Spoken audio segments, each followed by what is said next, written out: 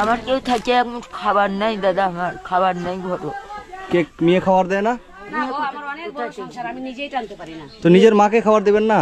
পারি না তো, কোন যেদিন থাকে সেদিন দিই, যেদিন না থাকে সেদিন দিই না। এটুকু না তোমরা মনে করবে বেটি আছে বেটা আছে, এটুকু না তোর কে বলতে দিও না। আপনার মেয়ে? হ্যাঁ।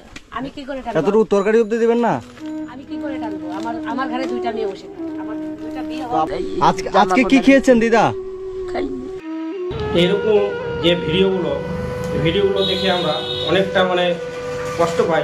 আর এই যে ভিডিও যদি কোনো মেয়ে ছেলেতে করতো এই ব্যাপারটা মায়ের সাথে, তাহলে কিন্তু অনেকজন কমেন্ট করে বলতো, অনেক দিদিরাও কমেন্ট করতো কি নিজের বউয়ের জন্য নিজের মাকে খেতে দিচ্ছে না, দুটো খাবার কেউ দিচ্ছে না। আর একটা মেয়ে করেছে এই বিষয়ে যে একটু খাবার জোটে না মায়ের জন্য, একটু তরকারি পর্যন্ত দেয় না। কতটা নোংরা মানসিকতা, কতটা নিচ মানসিকতা এই মেয়ে। এইসব মেয়ে থাকা ঠিক? এইসব মেয়ে পৃথিবীর মধ্যে জন্ম নেওয়াটাই ভুল, না নেওয়াই ভালো। সত্যি গো। আচ্ছা, মাটাকে দেখি একটু কষ্ট হয় না, একটু মায়া হয় না? আমাদের বুক ফেটে গেছে যে এইসব ভিডিও দেখে বা এইসব কষ্টগুলো দেখে।